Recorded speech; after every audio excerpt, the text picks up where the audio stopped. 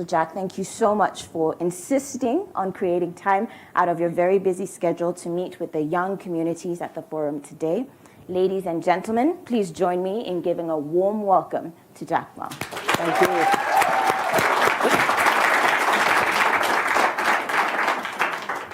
Okay, so Jack, today we have the Global Shapers community, the young global leaders and technology pioneers are seated in the room today and eager really to engage with you.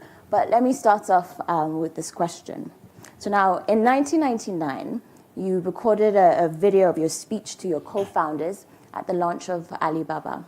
And in that video, you were very resolute and confident. I mean, you seemed so confident that your company was going to succeed. Yet, we know that there is no such thing as a risk-free business.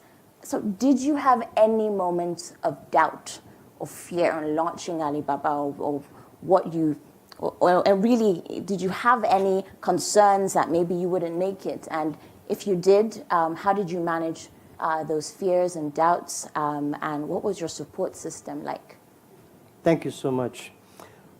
Thank you. It's my great honor to be with you, and thank you for asking the question. I was scared.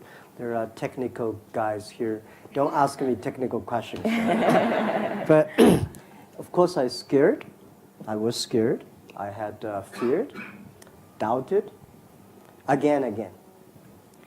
But one thing I never sort of doubted about is I believe somebody, if not us, if not me, somebody will win. Somebody will be there. But the thing is that I think it's the early stage of the internet, 1999. Everybody has a fair chance. There's no expert at that time.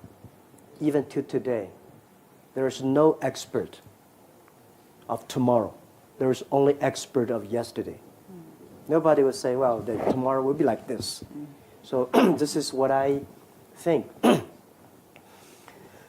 We don't have a system to support that, how I can overcome my doubts and fears. But I tried to be transparent to my team. And actually, I did everything. I worried. Everything I'm confident. I worried. I'm not sure. I want to get the team input inside. So they know that if they know I'm hiding something worried, they get even more worried, right? So I tell this is what I worry. But of course, when I go home, I think more.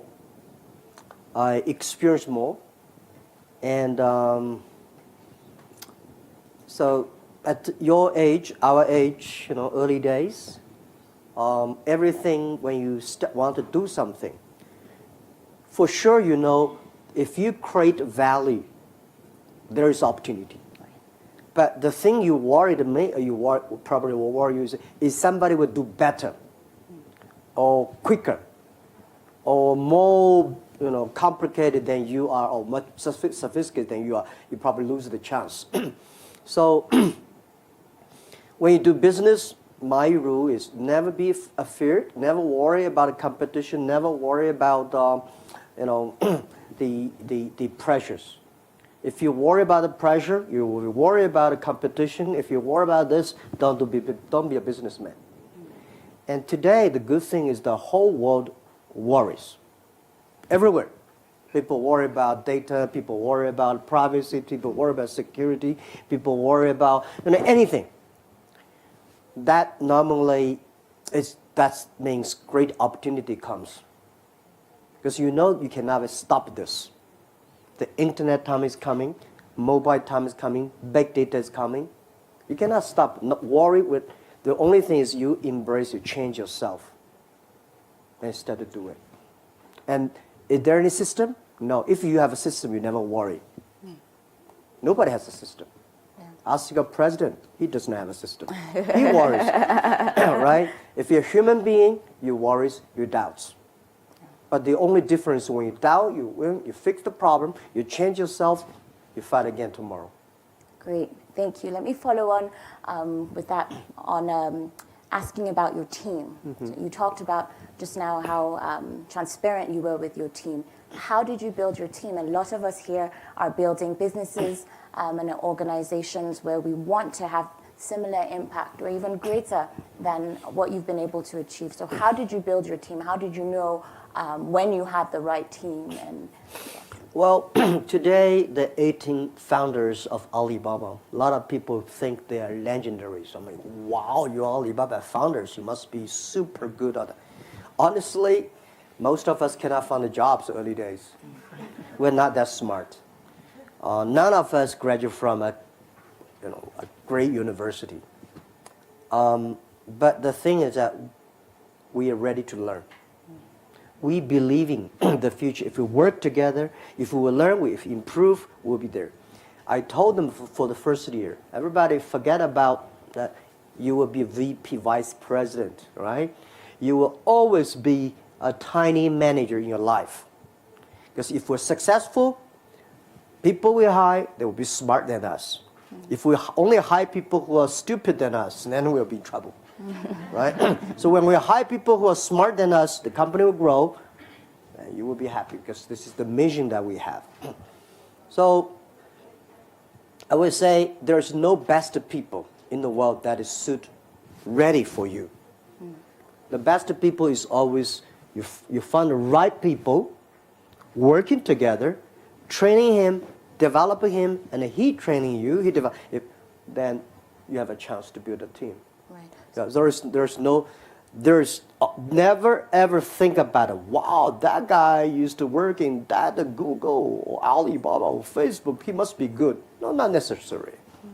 So what qualities then do you look for at the bare minimum to bring someone onto your team?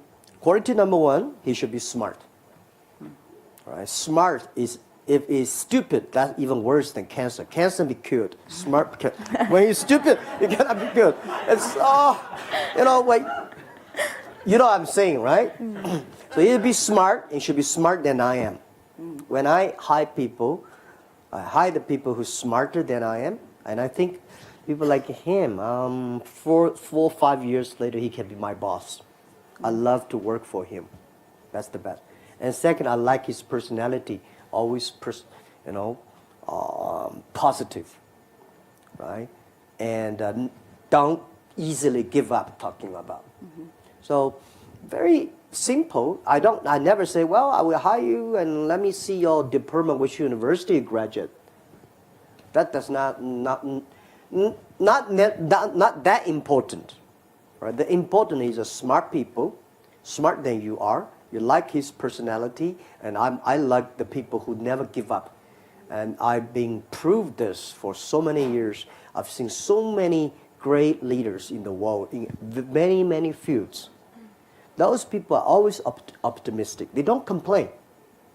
Because of this, because of that. No, they think they complain. I was not that smart. I did not think about that clearly, so I had the need to change. So if you find people who always complain the others because he's not success, don't hire him, don't work with him. Wow, thank you. So as a Nigerian entrepreneur, I've been intrigued about your comments on the potential on the African continent. You've been engaging very much in recent years. I know that you just came from a session with President Paul Kagame of Rwanda, and you've also invested $10 million in the Netpreneur Prize. What has propelled your interest in Africa for African entrepreneurs in the technology space? Can you speak to that? Yeah, actually, year 2017 was my first trip to Africa. Before I went to Africa, I was scared because a lot of things about poverty, disease, and a lot of unsafety, security, all these things. And then I said, let's go there. So I visited there. I visited Kenya, Rwanda, Namibia, and I think I think the first 3 countries. After that, I said, wow, it's so different. First, I get the feeling. It looks like China 20 years ago when I started my business. So many young people, passion for the future. And one thing, Europe always worry about future. Africa, they don't worry about the future because they don't have something that is good. Europe always want to keep yesterday. Africa probably don't have it yesterday. The most difficult people to convince in this world is successful people, right? In this world, the most difficult to change a successful people to fall, it's very complicated. So Africa, you see, they want embrace, they want to change. They have a passion, they're young people. And the good thing is the infrastructure was bad. Because the infrastructure was bad, there's opportunity. Right? China, why China mobile phone was so good? Because China phone was too terrible early days. Very few families have the phones. So when mobile phone come, we suddenly grab it. So I think the opportunity there, young people smart. So I said, the hope of Africa, there are 4 things, which I think I will be focused on. The first, the technology, for internet technology, for the first day when it was born internet, it was inclusive. It's suddenly covered all the young people, poor people, right? You see a credit card when it comes, only rich people can have credit cards. While the mobile phone payment, rich people don't believe that. They believe credit cards. We young people accept the mobile phone payment immediately because we don't have money. We care about it 1 cent, 2 cents, right? Right. So I think the 4 very important thing in Africa, first is entrepreneur. It's the entrepreneur that's going to change Africa. Because they have brave, they have the courage, they never worry about the future. No, as an entrepreneur, if you worry about the future, you will never be an entrepreneur, right? You always believe these things are going to happen. Then you start to prepare. So Africa needs entrepreneurs. Africa needs education. Right. Education, if you don't have the education, the good thing is today's the USA and Western education, European education system is good. But it's going to face the challenges because the new technology coming. This education system today we have was designed 200 years ago for the industrial time. Now the data time comes. What's the right education system for that? Right. That is to embrace challenge, change. That is innovation, creative. So Africa, the second, the education, E. The third is infrastructure, not infrastructure. To make everybody in Africa to be able to reach the internet using the phones, but not using the phone for only for gamings, or for Twitters. But you have to do business. Using phone, buy anywhere, sell anywhere, do business, communicate. And very important last is e-government. You put the government on E, the government has to be transparent. And the government will never shut down the internet. Because if they shut down the internet, they shut down themselves. So 4 E's, that is something that making a developing countries has the opportunity to leapfrog. Great, thank you so much. I'll now open the floor to questions. I'd like to ask a few things. First, please make sure to introduce yourself with your name and the community you're a part of. I will also ask that you please do not pitch to Jack Ma. Please also, I know the temptation is there, but please make your questions succinct so that we also give an opportunity to everyone to ask the questions. Yes. Hello, my name is Claudia Olsen. I'm a young global leader from Sweden. I'm also the founder of Stellar Capacity, which is an education company. And we train professionals and digital leadership. And I'm not pitching. But I wanted to ask, because just as you mentioned very wisely, is that the education systems are designed for the previous industrial revolutions, the industrial development. Now when we are designing new organizations and the education system, how do we also change our leadership? What kind of leadership is needed for the new economy? Thank you. So, as I said, the education area has huge potential. And also, most of the universities will face challenges. Most of the business schools will face challenges. I think we should focus the resource developing countries like China, India or Africa. We put more resources on the back end, on the PhD or master degree research institute, which I think we should put more resources on the early stage, kindergarten, primary school, middle school, because you create, and the second thing is education. The past education system was trying to make, for China, we teach kids to be like a learning machine. They remember everything. They calculate it faster. If you remember everything, compete with computer never forgets, right? If you want to be calculate faster, you don't have any chance, right? So if you want to teach people harder working, computer, when electricity is on, they never stop work.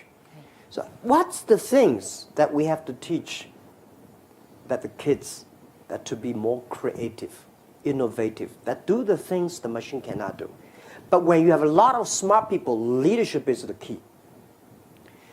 To manage smart people, you have to use in culture, the value system. They believe what they do. But if you want using just the principle, rules, or laws, and documents to control, that's control. Normally, you control stupid people. You know, stupid people. They say, "Wait online, go to toilet." They go together, go to line. But that work. The next century, most people should be educated, smart. They're wiser than machines.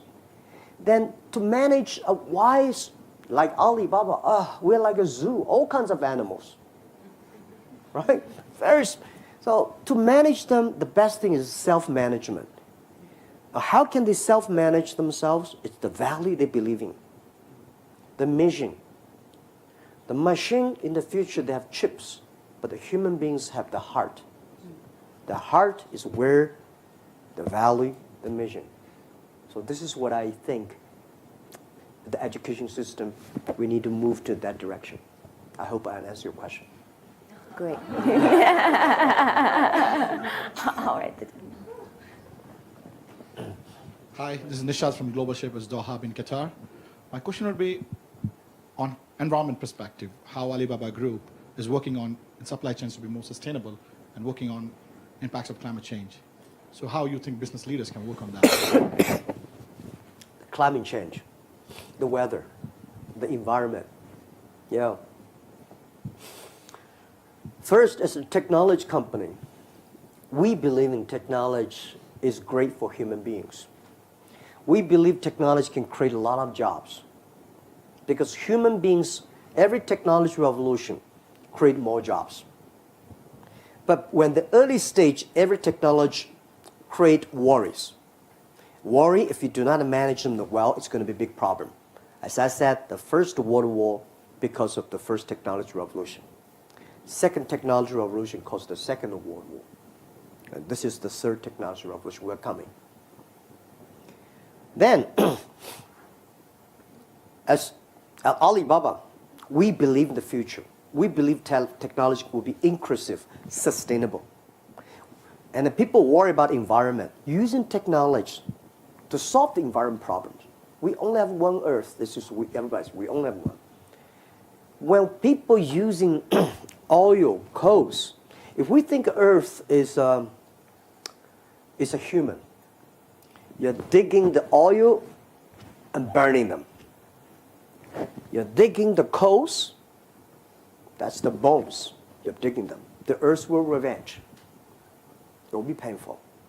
So, yes, we will do that. We still need oil, we still need the coals, we still need the wood. But if the data can tell us how to use it efficiently, smartly, and that is what we think we can do. And the other thing is when you're giving everybody, every country opportunities. So I'm a believer, I'm not a technology person, but I'm a believer that technology is great for human beings. And as a technical company, don't be evil, it's not enough. You should do good things for the world, do good things for the future, and believe in young people. And environment is a big issue, it's a big problem. The Earth probably can handle 3 billion people will be probably the best. Now we got like a 7, 8 billion. You can have a stop, but probably we're going to have a 10 billion or 12 billion. More problem comes. But using technology to foresee the problem comes, solve it.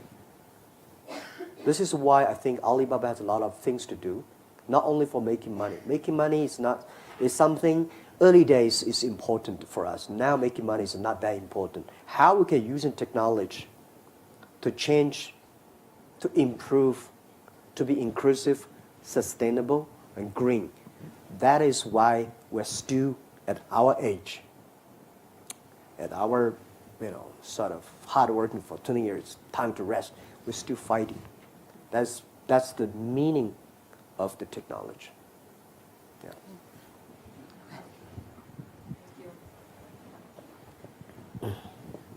Hello, thanks for this opportunity. I am Leticia Gasca. I'm a global shaper from the Buenos Aires hub. The World Economic Forum, we talk a lot about the skills for the future of work, but I was wondering about your thoughts on the skills for the future of humanity. Future of humanity. Yeah.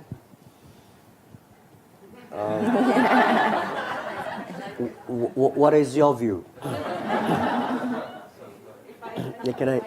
Yeah. In fact, these couple of days I've been thinking about that probably the most relevant skills for our future as mankind are being more empathetic and more mindful, which are not the typical soft or hard skills we talk about. Okay. Thank you. Well, one of the things I feel very proud in Alibaba values, we have 6 values. There's 2 things which is very unique. And I think in the future, no matter whatever Alibaba value changes, these 2 will never change. The first value is custom number 1, employee number 2, shareholder number 3. That means enable others, make other people better. One of the reasons why we survived for 20 years because I was a teacher. As a teacher, you always expect your students better than you are. You feel proud. My student become a mayor, a banker. You don't want your student to be prison, right? Bankrupt. You always want them to be more successful than you are. So rule number one is humanity is hope the other people, your parents, your kids, your colleagues, better than you are. Second is embrace change. That no matter whatever comes, something you unexpected to come, embrace it. If you cannot change it, embrace it. So this is the things that I think leaders or any people who want to survive do better, you have to do. Make other people better and embrace the change. Whatever challenges come. When people start to worry, you think this is opportunity. When people start to complain, you think it's opportunity if I solve it. Yeah.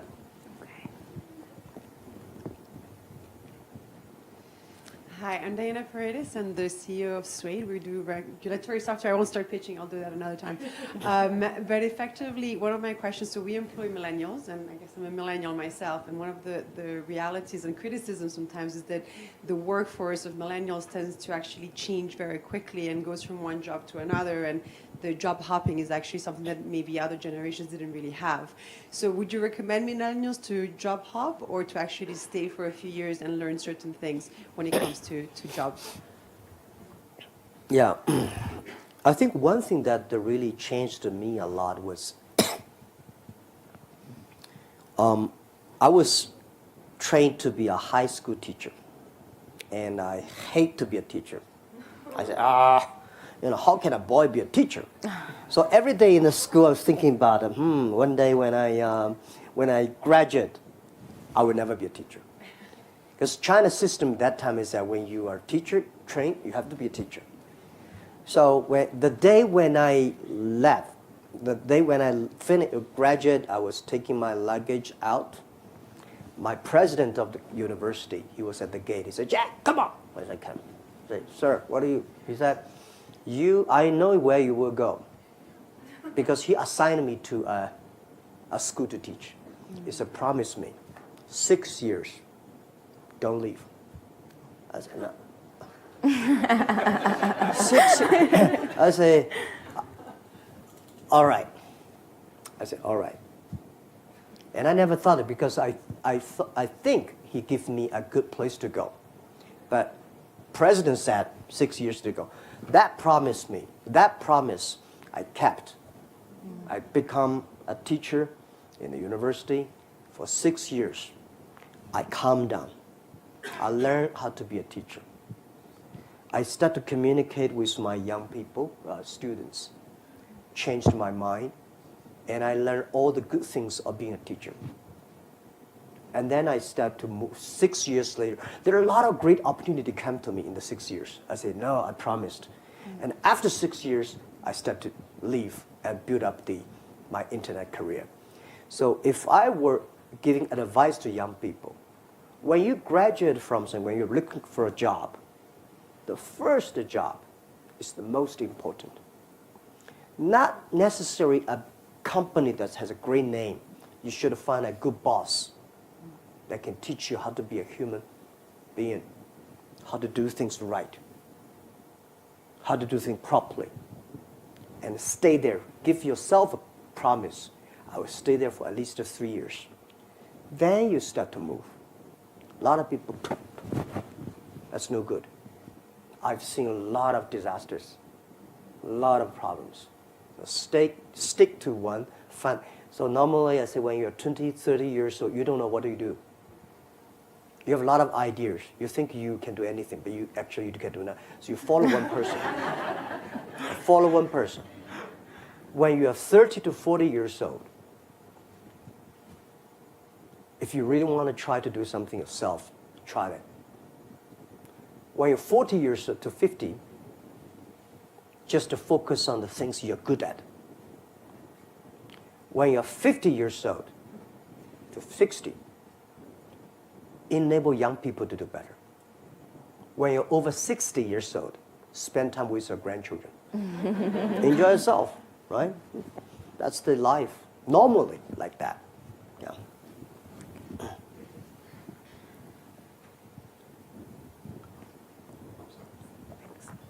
Hi, good afternoon. I'm Mariam Robinson from Jamaica, CEO of a bank in Jamaica. So I, like you, believe that technology is good for human beings, and it actually helps to democratize access to markets, which is relevant for very small, poor countries. But there's also this concern that as we innovate, there's no one standard managing that innovation, and that these small, poor countries could be left behind. So I wanted to get your thoughts on should this be more standardized and managed at a global level? And can that help to bring along small, poor countries to ensure that growth is inclusive? Yeah, that's a good question. This is what I'm doing almost every day. For small countries, developing countries, better not to think about standardization. Rules, regulation, don't think about it. The first thing to think about is let the entrepreneurs come up. Let the innovation come up. When they come up, then you know how to regulate. Last century, big size, big money, standardization is the rules. This century or next century, personalization, customized, that's the rule. So when you're talking about standardization, it takes about years to still fighting, debating. But when you, as an entrepreneur, when you start to do it within 3 or 5 years, you already make big changes. So for developing countries, don't convince them, like today Europe. The more you discuss about standardization, the more concerns come up, the more worry come up, right? So today, happily or good for developing countries, you see in Europe, so many countries worry. So many countries start to talk about regulations. It's opportunity for you, for small countries. Move faster.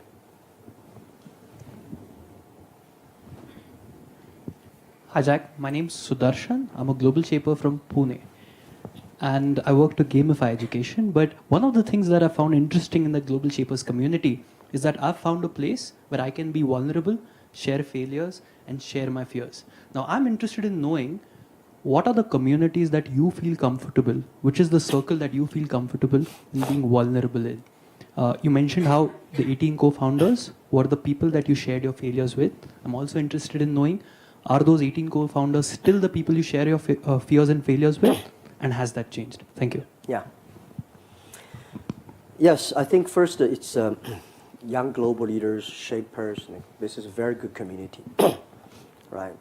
This is why I come here. Year 2001, I was young global leader. And I was sitting there listening to Bill Gates, Clinton at that time, you know, the debate, that most of the things I don't understand what they're talking about. Right? But the things I understand as I go back and I test it. So this is why I said, because of Davos, that reformed me.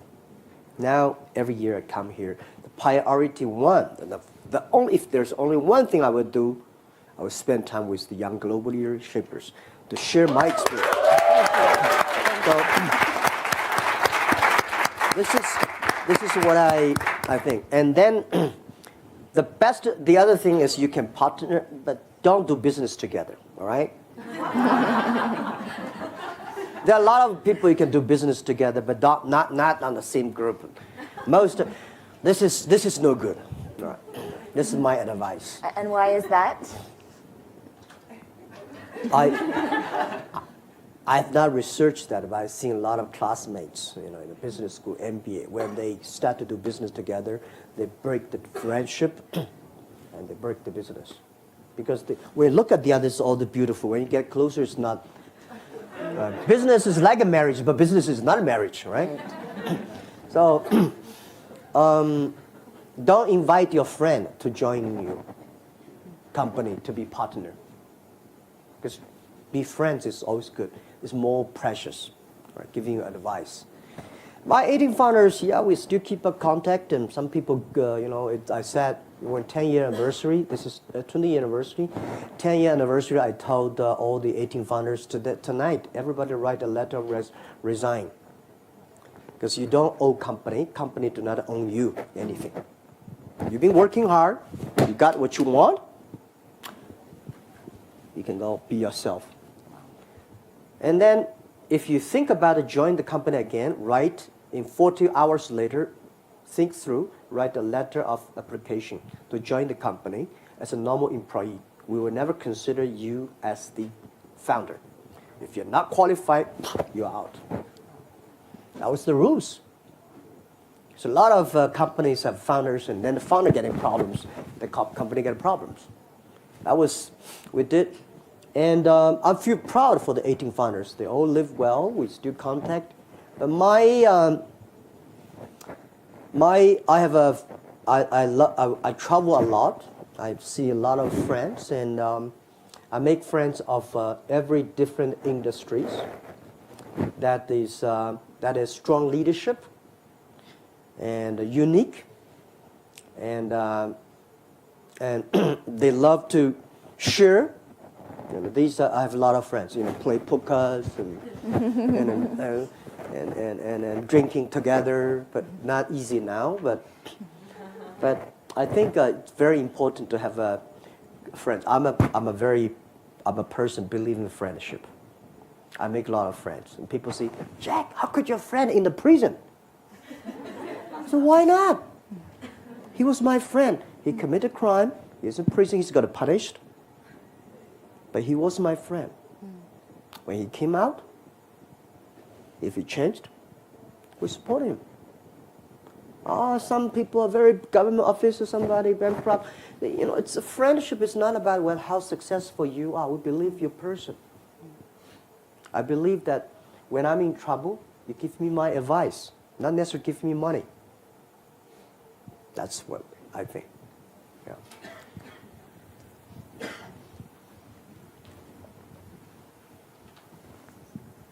Hello, my name is Mustafa Amin. I'm from Egypt, and I feel so lucky being a global shaper. Congratulations. Thank you. It's a very short question. Like, what keeps you awake at night in today's world? What keeps me awake in the night in today's world? Yes. Nothing. I sleep very well because I have. You will get used to that. When you go through life like this, like company like Alibaba, people always see good side, but there are so many scary times, worries and that, and you have to overcome again. Now, I know if I cannot sleep well, problem is still there. If I sleep well, I may have a chance tomorrow to fight against the problem. Sleep well no matter whatever happens, right? So I don't have it. Today the world is that when I wake up, I say, I go to Africa today. I go to Europe today. I hammer on the United Nations panel, say, this is what we believe. We think it is, whether they accept or not, it's not important. The important, you go, tell the truth. You go, tell your opinion. And you go change. That's what we do. Yeah, don't worry. Hi, Mr. Ma. My name is Natalie Chan, and I'm a shaper from the Hong Kong hub. So I know that you're a great leader, but most importantly, you're a really great teacher. And I know that the education system is inherently quite broken. And so I've been working a lot in the education innovation space to connect students into 21st century skills and new job opportunities. That's good. But when I talk to a lot of students, I notice that a lot of students just have no idea what they want to do in the future. They have just really confused. The school world focuses on a very different thing than the real world. So I was just wondering, in terms of like industry relevance, in terms of what the education world is, because right now it's quite separate. What are your thoughts about bringing more of the private sector and creating a curriculum perhaps under Alibaba for high school students to understand more about entrepreneurship, e-commerce? Because I know you do a lot of work in supporting Alibaba Entrepreneurship Fund, but what if there is an opportunity to work with younger students and create a school for them? What are your thoughts about that? Thank you. I already created a kindergarten, a primary school, a middle school, and a high school. Because I think we have to do something to change, because we say, oh, I changed. And then people say, Jack, how you change? What does school look like? So we built up a school, a kindergarten, primary school first. And I say, in China, because it's all about schools. If you have a good school, you got to go. This is a very Chinese way. And I say, my school, the people who joining, we interview the parents. Oh, wow. Right? So this school, when this finish, they will not be able to, when they have a testing, they will not be successful like the other school kids. Are you willing to send them here? So at the beginning, people worry, Jack, if you train the students like this way, no people would coming. I said, don't worry about that, because Alibaba have 40,000 employees in Hangzhou, right? And then they say, if you finish the primary school in your school, and then they cannot go to middle school. So I say, oh, let's build a middle school. And then they say, if you finish middle school, you cannot build a high school. Let's build a high school. Then the university. And I say, I don't worry about university. I believe 10 years later, university will accept my students. The way training them to be real human, not learning machines. So we're testing that. As the kindergarten, you have to teach the kids singing, dancing. That's to bury the seeds of culture inside. Primary school, we teach the kids the value. Western, Eastern. I don't want the kids educated in Western, they don't like the Eastern, and the Eastern, and they don't like the Western. A lot of people complain about China. And I say, have you read Buddhism, Taoism, Confucius? No. Right? You don't know them. A lot of people complain about Western. Nobody have read the Bibles. How can you complain? I mean, if you know Bible, you know where generally coming from. A lot of people don't like Islam. They don't ever read that. So the middle school guys, they have junior middle school. They have to working hard. The senior high schools, they have to build interest. Today, the problem is most senior school students, the only dream they have, my parents want me to go to a university. And what do you want? I don't know, but I just go to university first. That's a problem. So we need to do something. And I'm happy to hear that you're doing something on that. Yeah, Alibaba is testing that. Good news is that we're getting more and more interest. We only accept a few students, 100 students every year, but the application was huge. The way we teach, the bad news is we have not proved that we will be winning in 10 years. But I think if you teach your kids to be a real human, it will win. If you teach your kids to be a machine, you don't have a chance.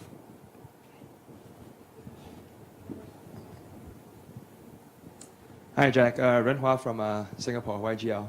We met a couple of years in your office in Hangzhou. And when I asked you for advice, you said to me very clearly, you said, Ren Hua, don't study the businesses that succeed. Study the businesses that fail. Yeah. So for all of us, I mean, from a specific dimension, obviously Alibaba is probably one of the most successful businesses of the 21st century. And probably yourself, along with Steve Jobs, have created something which is very visionary to last for another generation. If you were to start a new company today, hypothetically, so the Jack Ma today, 2019, if you were to start a new company today from scratch, and if you were to go to pitch at Davos, what will you do and how will you incorporate this philosophy of learning from failures over the last 20 years? Yeah. First, if I started again, today, I will not be moving on the internet because there are so many smart people there. I go to the agriculture industry and these areas because to compete with these, not easy. And second is that whether I have a Jack Ma's experience. I mean, experience means my experience when problem comes, I'm never scared. When problem comes, I'm saying, hey, wait a minute, what's the opportunity behind it? And when mistake makes, we'll see how we face it. Why I still encouraging every young people when you become a business leader, do not always follow the successful stories. For those people who are successful, there are a lot of reasons behind it. But learn from those people who fail. For all the failure mistakes are almost the same. Study that. Not because you can avoid the mistakes. It's because when the mistake comes, when failure comes, how you face it. So, my next life, I will be a business people again. And good experience. It's not how much money you made. It's not about how famous you are. It's about how much experience you have encountered. I feel so proud for so many tough situations come. My team worked together. We overcome that. And we found a lot of mistakes, silly mistakes. We laughed. We are writing a book, right? We try to remember all the silly mistakes, then share with the others. Don't laugh. One day you will make the silly mistake like us again. Yeah.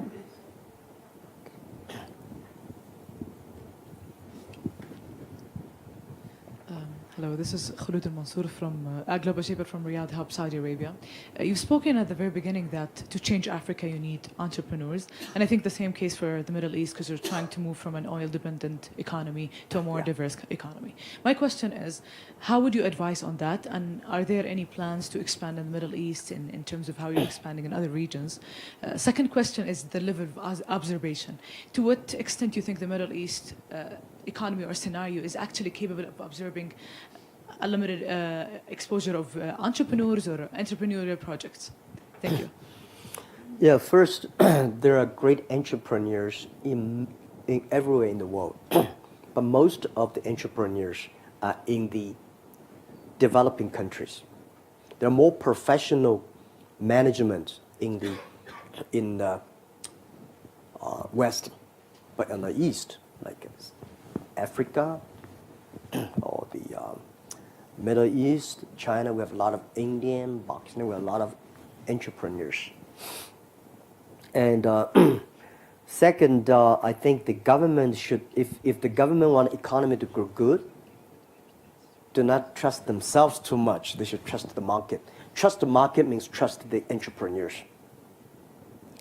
Any government spend resources on training, developing, encouraging, make business-friendly policy for entrepreneurs, this country will go up. So I think Middle East, I've been there some countries for 2 or 3 times. I found a great entrepreneurs there. The thing is that the governments, most of the oil countries, they are too rich. They're not care about the small, tiny. This is no good. They have to pay attention to small business. Last century, the bigger the better. This century, the smaller the better. Last century, you had to be a strong company. This century, you have to be a good company. A good company means you care your employee, your family, your friends, your customers. If you're comfortable, not necessarily be that big. Don't think about Alibaba, Amazon, Microsoft. Just to think about, I enjoy my life. This is I come to this world not to make a career. I come to this world to enjoy my life, and I make a good company. When the company is good, it will be strong. So I think Middle East, huge potential, but the technology, they have to embrace it. Yeah. Okay, so we have time for one last question. This is quite difficult. Oh, okay. I've been told we actually have time for 2 questions. Okay, this is great.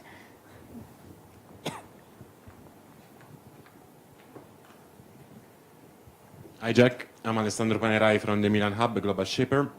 So my question is, what is your main personal goal and what do you want to learn in the next 5 years from now? My personal goal is that I hope, for business-wise, I hope the internet, we will build a new ecosystem that using technology can enable every young people, every small business, that they can global buy, global sell, global compete, global deliver. And anybody can buy globally, deliver globally, sell globally. It's make the world really global. And my personal is that, one thing, nobody can decide which family you were born. Right? But you can decide how you die. I don't want to die in the office. I don't want to die on the hospital. I want to die peacefully on the beaches or somewhere, right? So relax and do things I like, because I've been working really hard before this year. Very hard. I will still work very hard, but I will pick up the things I only like. This is because the first 50 years tough work can give me the rights to do something that I really like, not do the things I have to do. Do something that I love to do.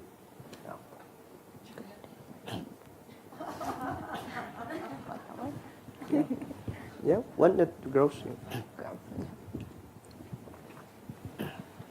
Hi, Carol from China, YGL 2018. I produce and host an interview show, Global Thought Leaders Like You.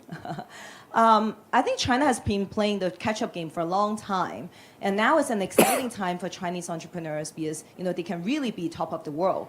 But they're very busy, climbing up the ladder. But also, it comes at a great cost of family, of friends, of health. Probably not dying on the beach, as you said, right? And they're too busy to really think about the purpose behind all these technological innovation, all these economic development, all the value questions.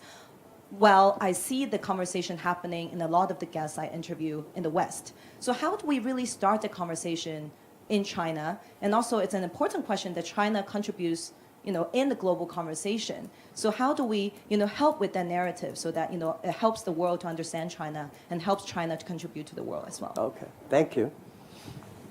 Yeah, give you another, I'll try to finish 2 questions. Yeah. Hi, my name is Gabriela. I'm a global shaper from Caracas, Venezuela. And I wanted to ask you about, if you could share with us a challenge that you have faced and how did you embrace the challenge? Because, all of us, we are living in an age where we have found so many global challenges, and most of us are facing our own domestic challenges. Yeah. And so I would like to know, what do you think that was what was your difference among others to overcome those challenges? Thank you. First, about China question. Yes, China is developing very fast. When you want to be the global leader, it's not about your money, it's not about your economic power or military power. It's about your responsibility. It's about the value you bring to the world. We believe he's a leader, not because he has a strong muscle, because he has a wisdom, he has a heart. He knows what he's doing, and I think China is learning that. It's not. This is like me. I never thought about these questions. Honestly, for 20 years ago when I started my business, you are so smart than I was 20 years ago. I can never ask these questions. Slowly, when to the certain size, I take more responsibility. I start to think differently. Right. So when you think about creating value for the others, then you will think about creating value for yourself. And Chinese, Western, the thing is the U.S. now there's a conflict. It's a good thing. Because through conflict, if they're both rational, they will learn each other. Oh, that's what you mean. Today it's more like a duck talks chicken. Different languages. So this kind of conflicts, it's not necessarily bad. It's a helping understanding, right? So that's what I suggest. China is learning, Western is learning, Middle East is learning, Africa is learning. We always have to keep on learning. When you keep on learning, things will change. About your question, I faced a lot of challenges. Some challenges that I would never say. I probably, when a certain age, right, so painful, regretful. But, the only solution is go to bed and sleep, wake up, do it again. Life is very short. You only have 80 or 100 years. The thing you can do is 30 years.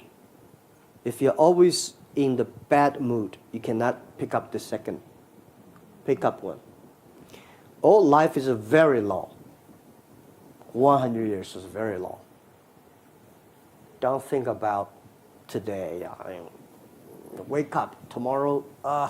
You will not. When I be rejected by so many people, I say, tomorrow there's somebody waiting at the corner for me. He should be smart enough. Yeah. So always be optimistic. Try to comfort yourself with your own hands. Yeah. Nobody can comfort you. Can warm you up. Only you can warm up yourself. And if you want to be successful, pay the tough cost. Thank you.